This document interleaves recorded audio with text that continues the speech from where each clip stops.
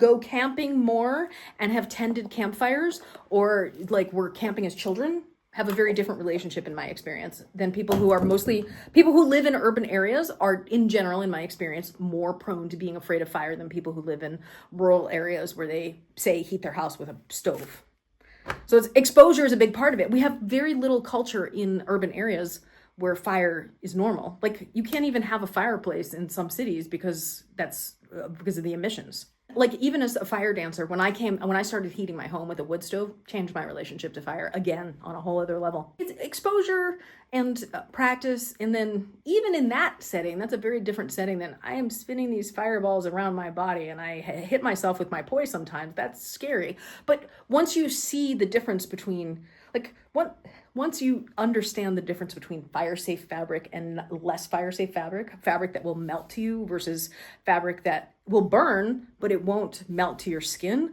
Once you know what the risks are, you'll have a different relationship to it as well. I mean, part of it is just knowing enough to not feel completely at risk by the process. I mean, but it seems like that's part of what makes it awesome, right? It seems, oh my God, it's fire. But we're gonna leverage that so that you're really an illusionist when you're a fire dancer. People don't tell you that, but that is really what's going on. When I'm doing that buzzsaw like this, that is not a hard move to do, but on fire, that looks so impressive. And that's why it's such a great performance move, because your average audience has no idea. They're like, oh my God, that fire is so close to your face.